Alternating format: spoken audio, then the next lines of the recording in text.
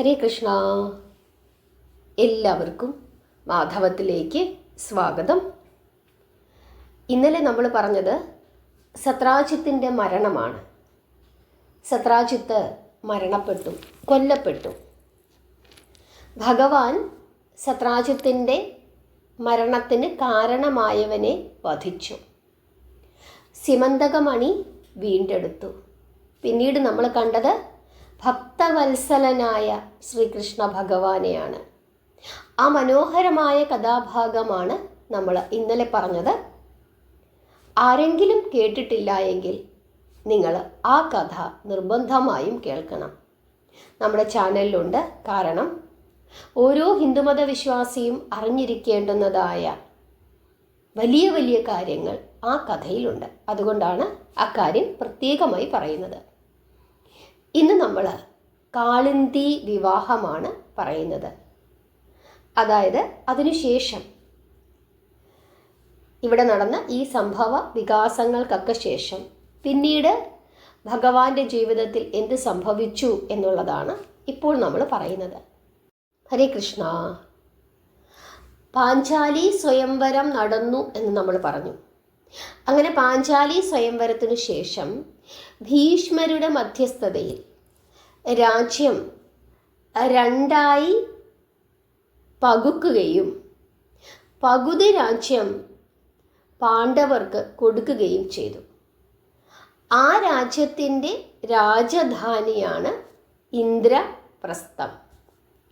ധർമ്മപുത്രർ ഇന്ദ്രപ്രസ്ഥം രാജധാനിയാക്കുകയും രാജാവായി വാഴാനും തുടങ്ങി.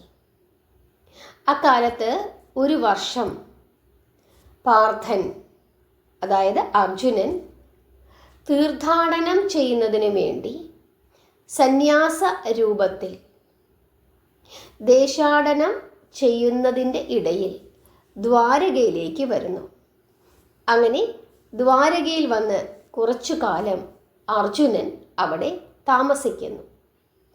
അങ്ങനെ അവിടെ താമസിക്കുന്നതിൻ്റെ ഇടയിൽ ശ്രീകൃഷ്ണൻ്റെ രഹസ്യമായ അനുവാദത്തോടു കൂടി, സമ്മതത്തോടു കൂടി അദ്ദേഹം സുഭദ്രയെ, ശ്രീകൃഷ്ണ ഭഗവാന്റെയും ബലരാമൻ്റെയും സഹോദരിയായ സുഭദ്രയെ തട്ടിക്കൊണ്ടുപോയി വിവാഹം കഴിക്കുന്നു.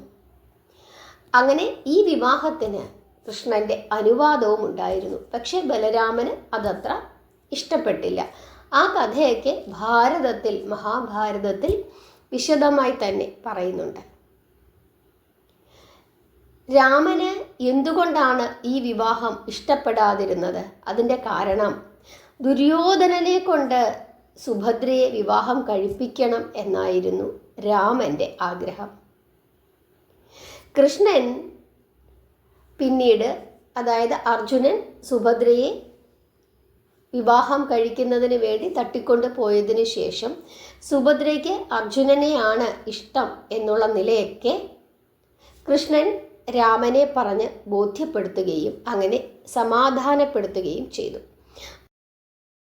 അങ്ങനെ ദേഷ്യം മാറിയ ബലരാമൻ കൃഷ്ണനും ഒരുമിച്ച് ഇന്ദ്രപ്രസ്ഥത്തിൽ പോയി സുഭദ്രയെ കാണുകയും സുഭദ്രയ്ക്ക് ധാരാളം സമ്മാനങ്ങൾ കൊടുക്കുകയും ചെയ്തു. പാണ്ഡവരും കുന്തിയുമെല്ലാം കൃഷ്ണനെയും രാമനെയും സ്വീകരിക്കുന്നു. കുറച്ചു കാലം അവിടെ താമസിക്കുകയും ചെയ്തു. പിന്നീട് ബലരാമൻ ദ്വാരകയിലേക്ക് മടങ്ങിപ്പോകുന്നു.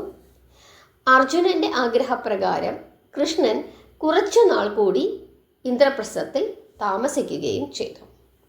അക്കാലത്ത് ഖാണ്ഡവ വനം എന്ന് പറഞ്ഞ ഒരു വനം തീ കൊണ്ട് കത്തുകയും, അതിനെയാണ് ഖാണ്ഡവ ദഹനം എന്ന് പറയുന്നത്. അങ്ങനെ ആ വനം തീയാൽ കത്തുകയും ആ സമയത്ത് ആ വനത്തിൽ ഒളിച്ചിരുന്ന മയൻ എന്ന അസുരശില്പിയെ അർജുനൻ രക്ഷിക്കുകയും ചെയ്തു. അതിൻ്റെ പ്രതിഫലം എന്ന നിലയിൽ ഒരു മനോഹരമായ ഒരു രാജസഭാതലം മയൻ നിർമ്മിച്ചു കൊടുക്കുകയും ചെയ്തു. അതായത് വലിയ വിശേഷപ്പെട്ട ഒരു സഭാതലമാണ്. ജലമുണ്ട് എന്ന് തോന്നുന്ന സ്ഥലത്ത് ജലമില്ല, എന്നാൽ ജലമില്ല എന്ന് കരുതുന്ന സ്ഥലങ്ങളിൽ ജലം ഉണ്ട് താനും. ധാരാളം അത്ഭുതങ്ങൾ നിറഞ്ഞ ഒരു സഭയായിരുന്നു അത്. ആ സഭയിൽ ഇരുന്നു കൊണ്ടാണ് യുധിഷ്ഠിരൻ രാജ്യം ഭരിച്ചത്. അങ്ങനെ ഇരിക്കുന്ന അവസരത്തിൽ ആ സമയത്ത് കൃഷ്ണനും അവിടെ ഉണ്ട്.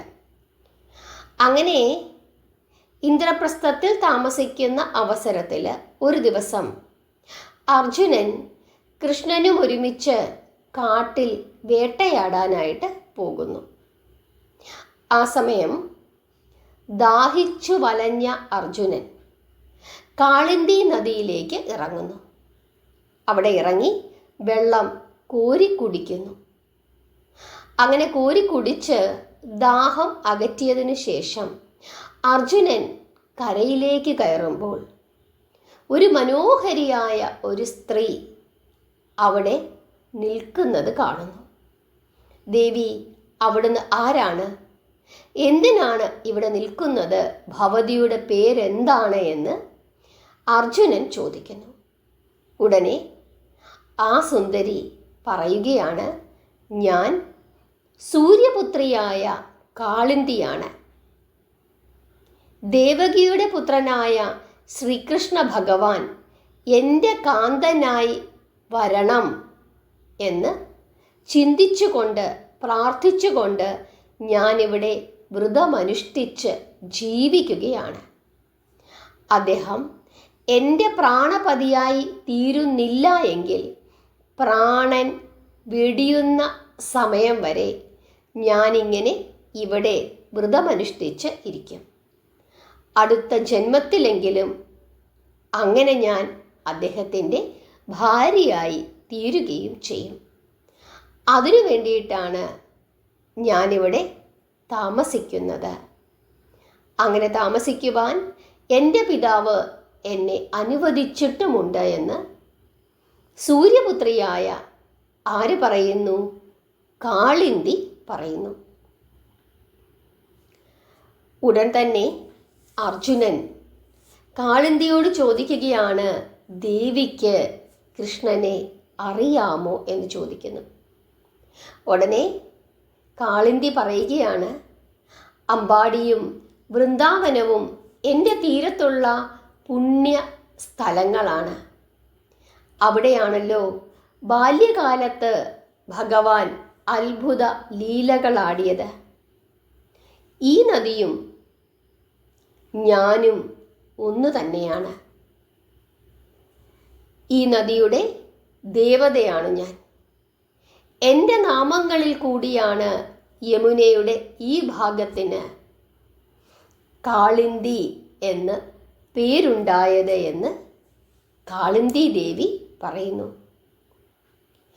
അങ്ങനെ ഈ കാളിന്തിയുടെ വാക്കുകളെല്ലാം കേട്ട അർജുനൻ കൃഷ്ണൻ്റെ അടുക്കലെത്തി എല്ലാ വിവരങ്ങളും പറയുന്നു. പെട്ടെന്ന് തന്നെ കൃഷ്ണൻ കാളിന്തിയുടെ അടുക്കലേക്ക് എത്തുന്നു. അതിനുശേഷം കാളിന്തിയെയും കൂട്ടിക്കൊണ്ട് അർജുനനും ഒരുമിച്ച് രഥത്തിൽ കയറി ഇന്ദ്രപ്രസ്ഥത്തിലേക്ക് തിരിച്ചു പോരുകയും ചെയ്തു. കാളിന്തിയും ഒരുമിച്ച് കൃഷ്ണൻ 4 മാസം അവിടെയാണ് പിന്നീട് താമസിച്ചത്. അതിനുശേഷം കൃഷ്ണൻ ദ്വാരകയിൽ എത്തിയപ്പോൾ എല്ലാവരും ആഡംബരപൂർവം സന്തോഷത്തോടു കൂടി കാളിന്തിയെയും കൃഷ്ണനെയും സ്വീകരിക്കുന്നു. അതിനുശേഷം ഒരു ഉത്തമമായ മുഹൂർത്തം നിശ്ചയിക്കുകയും കാളിന്തിയുടെയും കൃഷ്ണൻ്റെയും വിവാഹം ദ്വാരകയിൽ വെച്ച് മംഗളപൂർവമായി ആഘോഷപൂർവമായി നടത്തുകയും ചെയ്തു. ഇതാണ് കാളിന്തിയുമായിട്ടുള്ള കൃഷ്ണൻ്റെ വിവാഹം. ഇതുവരെ കൃഷ്ണൻ രുക്മിണിയെയും ഭാമയെയും ജാമ്പവതിയെയും കാളിന്തിയെയും വിവാഹം കഴിച്ചു. അങ്ങനെ 4 വിവാഹങ്ങളാണ് ഈ കാലത്തിൻ്റെ ഇടയ്ക്ക് കൃഷ്ണൻ ചെയ്തത്. നിങ്ങൾക്കെല്ലാവർക്കും കാളിന്തിയുടെ പ്രേമം, സ്നേഹം, ഭക്തി ഇവയൊക്കെ മനസ്സിലാക്കാനായിട്ട് സാധിക്കുന്നുണ്ടോ? എല്ലാവരും ഭഗവാനെ സ്നേഹിക്കുക. ഈശ്വരൻ, സർവേശ്വരൻ ശ്രീകൃഷ്ണൻ നമ്മുടെ സ്വന്തമാണ് എന്ന് കരുതി സ്നേഹിക്കുക. സ്നേഹം മാത്രമാണ് ഭഗവാന് ആവശ്യം, മറ്റൊന്നും ആവശ്യമില്ല. അതുകൊണ്ട് തന്നെ മനസ്സു നിറഞ്ഞ് ഒന്നും ആഗ്രഹിക്കാതെ സ്വാർത്ഥതയില്ലാതെ ഭഗവാനെ സ്നേഹിച്ചു കഴിഞ്ഞാൽ നിങ്ങൾ ആഗ്രഹിക്കുന്നതിൻ്റെ 10 ഇരട്ടി ഭഗവാൻ നൽകും എന്നുള്ളതാണ് സത്യമായ കാര്യം. നമ്മൾ ഇന്നലെ പറഞ്ഞ അക്രൂരൻ്റെ കഥ, ആ കഥയിൽ നിന്ന് തന്നെ നമുക്ക് ആ കാര്യം മനസ്സിലാക്കാനായിട്ട് സാധിക്കും. ഒന്ന് സ്നേഹിച്ചു നോക്കൂ.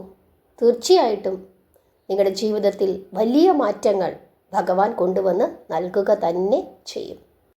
ഭഗവാന്റെ നാമം എപ്പോഴും ജപിച്ചു കൊണ്ടിരിക്കുക. എല്ലാവരെയും സർവേശ്വരൻ അനുഗ്രഹിക്കട്ടെ. ഹരേ കൃഷ്ണ.